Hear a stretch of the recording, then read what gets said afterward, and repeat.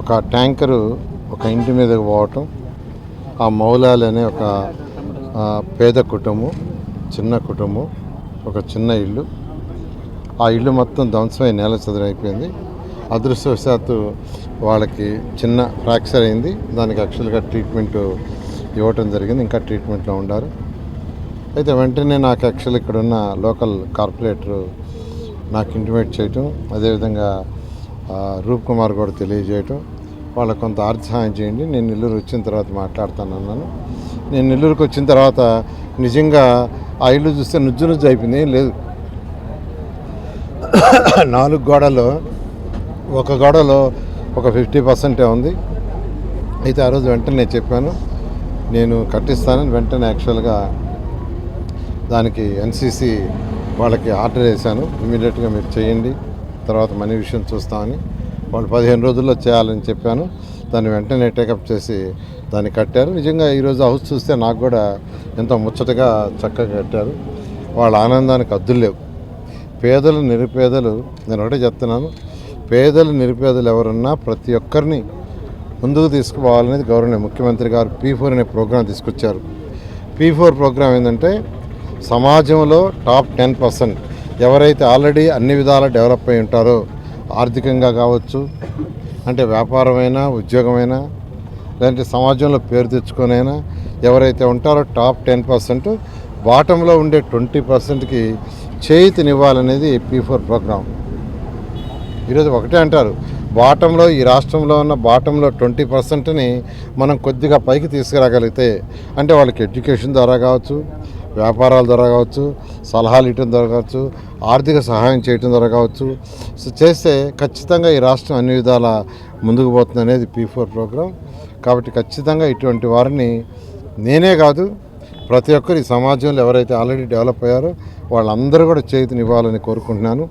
ఆ ఉద్దేశంతో ఈరోజు నెల్లూరు సిటీలో ఉన్న అనేక స్కూల్స్, నెల్లూరు రూరల్లో ఉన్న స్కూల్స్ కూడా మాడిఫై చేయడానికి, వాటన్నిటిని విఆర్ఐ స్కూల్ కంటే బెటర్గా చేయడానికి అన్ని విధాల ప్రయత్నిస్తున్నాం. ఎందుకంటే పేదరికాన్ని నిర్మించగలిగింది ఒకటే ఎడ్యుకేషన్. చక్కటి చదివిస్తే ఖచ్చితంగా ఆ పిల్లలు ఉన్నత స్థాయికి పోతారు. ఆ P4 ప్రోగ్రాంలో భాగంగానే ఈరోజు నెల్లూరు సిటీ అండ్ రూరల్ రెండిట్లో కూడా స్కూల్స్ని టేకప్ చేసాం. ఈ స్కూల్స్ అన్నీ కూడా విఆర్ఐ స్కూల్ కంటే బెటర్గా చేస్తాం, మంచి ఎడ్యుకేషన్ ఇస్తాం. ఖచ్చితంగా ఓవర్ ఏ పీరియడ్ ఏదైతే ముఖ్యమంత్రి గారు ఆదేశించారో P ప్రోగ్రామ్ ఇంప్లిమెంట్ చేసి అందరినీ ముందుకు తీసుకోవడం జరుగుతుంది. Thank you. ఈరోజు 53వ డివిజన్ షుగర్ ఫ్యాక్టరీ ఆపోజిట్లో నెల క్రితం యాక్సిడెంట్ ఎంత ఘోరంగా జరిగిందంటే ప్రత్యక్షంగా నేను చూశాను. ఇంట్లోకి కొంచెం కూడా గ్యాప్ లేకుండా లారీ మొత్తం వెళ్ళిపోవడం జరిగింది. అయినా సరే దేవుడు దయ ఉండబట్టి ఇద్దరు అంకుల్ బాబాయ్ పిన్ని బ్రతికారంటే దేవుడి దయ. అంతకు మించి సారు నారాయణ సారు వేరే మీటింగ్లో ఉన్నారు. ఆ మీటింగ్లో ఉన్నప్పుడు నేను వెళ్ళి, సార్ ఇలా యాక్సిడెంట్ అయిపోయిందండి సార్ అంతమే, నోట్లోంచి మాట రావటమే లేటు. సార్ పరుగున వచ్చేసి సార్ బాబాయ్ వాళ్ళని పలకరించారు. అలాగే నేను కూడా హాస్పిటల్కి వెళ్ళటం జరిగింది, అక్కడ పరామర్శించడం జరిగింది. అలాగే సార్తో నేను మేయర్కి ఎన్నిక కోసం నేను విజయవాడ వెళ్ళినప్పుడు సార్తో మాట్లాడాను. వెంటనే సారు ఆర్థిక సహాయం చేశారు. అందుకు సార్ మీకు చాలా కృతజ్ఞత సార్. ఇలాంటి ఇంకా చాలా పనులు, ఇంకా పేదవారిని ఆదుకోవాలని, ఇంకా నెల్లూరు అభివృద్ధి పదంలో నడిపించాలని, ఇంకా ఇలాంటి పేదవారందరికీ సార్ తోడు ఉండాలని, దేవుడు ఆశీస్సులు సార్కి ఉండాలని ఈ సందర్భంగా తెలియజేస్తున్నాను. కేవలం ఒక నెల క్రితం ఈ ప్రాంతంలో 53వ డివిజన్ నెల్లూరు నగర నియోజకవర్గ పరిధిలోని 53వ డివిజన్ షుగర్ ఫ్యాక్టరీ ఎదురుగా ఉన్నటువంటి ఈ ప్రాంతంలో దురదృష్టవశాత్తు ఒక లారీ ట్యాంకర్ అదుపు తప్పి ఒక ఇంటి మీదకి పోయి ఆ ఇల్లు పూర్తిగా ధ్వంసం కావడం జరిగింది. ఇక్కడ ఉన్నటువంటి స్థానిక కార్పొరేటర్ మరియు ప్రస్తుత నగర మేయర్ గారు, స్థానిక తెలుగుదేశం పార్టీ నాయకులందరూ గౌరవ మంత్రి డాక్టర్ పొంగూరు నారాయణ సార్ గారి దృష్టికి, సార్ ఈ విధంగా యాక్సిడెంట్ జరిగింది, దానివల్ల ఆ కుటుంబం నిరుపేద ముస్లిం మైనారిటీ కుటుంబం రోడ్ల పాలైంది అని చెప్పి సార్ దృష్టికి తీసుకెళ్తే అప్పుడు అసెంబ్లీ జరుగుతూ ఉండింది. సార్ తక్షణమే 10,000 రూపాయల ఆ కుటుంబానికి ఆర్థిక సాయం అందించి నేను నెల్లూరుకు వచ్చిన తర్వాత వచ్చి కలుస్తానని చెప్పడం జరిగింది. చెప్పిన వెంటనే వీకెండ్లో నెల్లూరుకు వచ్చినప్పుడు నారాయణ సార్ గారు స్వయంగా ఇక్కడికి వచ్చి చూసి నిజంగా నిరుపేదలు, ముస్లిం మైనార్టీ వర్గానికి చెందినటువంటి నిరుపేదలు ఆ యాక్సిడెంట్లో ఇబ్బందులు పడి పూర్తిగా ఇల్లు కోల్పోయి మంచం మీద ఉన్నారు.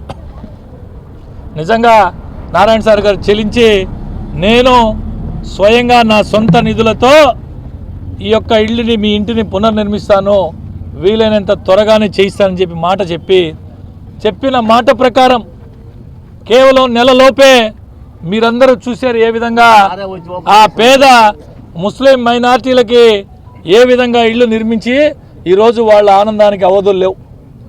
చాలామంది రాజకీయ నాయకులను చూసాం, చాలామంది వస్తారు, మాటలు చెప్తారు, అవి చేస్తాం ఇవి చేస్తామని చెప్పి పత్తా లేకుండా పోతారు.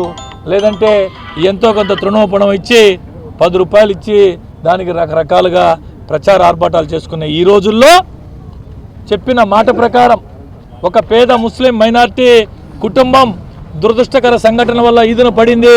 అది కళ్ళారా చూసినటువంటి నారాయణ సార్ గారు ఈ విధంగా మనం ఎంతమంది రాజకీయ నాయకులు చూడగలుగుతాం, ఈ విధంగా రాష్ట్రం మొత్తం మీద ఎంతమంది నాయకులు ఈ విధంగా చేయగలుగుతారు? ఆలోచన సాగించండి. విఘ్నులైనటువంటి నెల్లూరు ప్రజలారా ఆలోచన సాగించండి. ఇటువంటి మంచి పనులు చేసే పేద వర్గాలకి మంచి పనులు చేసే నారాయణ సార్ గారిని మనం అందరం ఆశీర్వదిద్దామని చెప్పి ఈ సందర్భంగా మీ అందరికీ తెలియజేసుకుంటాం. వచ్చి నేను మంచంలో ఉంటే నేను 15 రోజుల లోపల నీకు ఇల్లు కట్టిస్తాను మౌలాలి, నీకు ఇల్లు లేదనుకోబాక అని చెప్పాడు మా సార్. ఆఖరికి 15 రోజులు నా ఇల్లు తయారైపోయింది, నేను వస్తాను ఓపెన్ అన్నాడు. ఆ చెప్పిన మాట బాగానే మా సార్ వచ్చి మళ్ళీ ఓపెన్ చేసి ఇంట్లో పో. ఆ సార్ కాదు ఆయన, నారాయణ సార్ కాదు, మగ ఇష్టనైతే మానవ రూపంలో నారాయణ సార్ అంటున్నారు. ఆయన నారాయణ కాదే కాదు, ఆయన మగ ఇష్టం, ఆయన ఇష్టం అవతారంలో ఆయన వచ్చాడు మన కలిగానికి. కాబట్టి మీరందరూ కూడా నారాయణ సార్ అనుకోబాకండి, మాకు ఇష్టం. ఆ నాయన ప్రతి ఒక్కరికి ఒక మంచి చేసి ధర్మం అందరూ ఆయన పుణ్యాన్ని ఈరోజు నెల్లూరు నిలబడింది. దర్గా పెట్టకపోతే కింద పడుకోలేక సస్తున్నాం మేము, నేలన గచ్చురాడు. ఈరోజు పోతే గుడ్డ పరుచుకొని పడుకుంటున్నాం. ఇది నారాయణ పుణ్యం. ఎక్కడ పెట్టినా మాకు అరుగులు, ఎక్కడ పెట్టిన బాటలు, ఎక్కడ మరుగుదొడ్లు లేక అల్లాడుతున్నాం. అట్లాంటి 30 మరుగుదొడ్లు కట్టాడు దర్గా మిట్ట. స్త్రీలకి వచ్చి ఒక పక్క, పురుషులకు వచ్చి ఒక పక్క. మళ్ళా ఏసీలో పడుకోవాలంటే లోపల పోయి ఏసీలో పడుకుందని, ఫ్యాన్లు మళ్ళీ ఇంటికి ఎన్ని చేసాడంటే ఆయన నారాయణ సార్ కాదని నాకు నమ్మకం. ఒక ఇష్టాన్ని ఆయన అవతారంలో వచ్చాడని నేను కోరుకుంటున్నాను. నేను మా అమ్మ నాన్న వీళ్ళు యాక్సిడెంట్ అయిన వాళ్ళు, గురైన వాళ్ళు, నేను పక్కన ఉంటాను. ఏరా అబ్బాయి వచ్చి చెప్పాడు ఇట్లాగా లారీ ఇంట్లోకి వచ్చేసిందమ్మ, మీ అమ్మ నాన్న మీద ఉన్నారా లేరో తెలియదు, లారీ వెళ్ళిపోయింది ఇంట్లోకి అని చెప్పారు. నేను వచ్చి దృష్టి ఇప్పటికీ నా కళ్ళల్లోనే ఉంది. లారీ వచ్చేసింది, వాళ్ళు ఎక్కడ ఉన్నారు? నేను వచ్చి నాన్న అన్నాను, అమ్మ అన్నాను. అసలు ఏం సహాయం లేదు. సరే ఎట్టో ఒకటి బయట తీసారు, హాస్పిటల్కి తీసుకెళ్ళాము. హాస్పిటల్ నుంచి ఇంటికి తీసుకెళ్ళాము. నారాయణ సారు పిఓ సార్ గారి ద్వారా ఫోన్ చేసిన తర్వాత సార్ వస్తారమ్మా, మీరేం భయపడబాకండి, ఆ సార్ చెప్పారు మీకు రావాలని. ఆ సార్ కూడా ప్రయత్నిస్తుంటే వచ్చారు కూడా. వచ్చారు, మా అమ్మని నాన్న చూశారు, పరామర్శించారు. 15-20 నిమిషాలు మా ఇంట్లోనే ఉండి ఆయన అమ్మతో కానీ నాన్నతో కానీ మాట్లాడి హామీ ఇచ్చాడు, మీకు ఏం కావాలమ్మా అన్నాడు. సార్ మాకు నిల్వ నీడు కూడా లేదు సార్, మేము అంతా అనాథలైపోయి ఉన్నాం, మీరు ఎట్లా మీ దయ్యం మాకు ఉండాలని అన్నాం మేము. సార్ అన్నీ అప్పటికప్పుడే ఫోన్ చేశారు. ఫోన్ చేసి 15 రోజుల కల్లా వాళ్ళకి ఇల్లు కట్టించి ఇవ్వాలా, మళ్ళీ ఓపెనింగ్ కూడా నేనే వస్తానని ఆ రోజే మాట ఇచ్చారు మాకు. ఆ మాట ప్రకారమే ఈరోజు వచ్చారు, ఓపెన్ చేశారు. మా అమ్మ నాన్నకి ఇల్లు ఇంకా వాళ్ళు కూడా కట్టుకోలేరేమో. ఇంకా సార్ పేరు ఎట్లాగే నిలబడిపోద్ది, ఇంకా ఎన్ని జన్మలైనా వాళ్ళకి రుణపడి ఉంటాం సార్కి. అది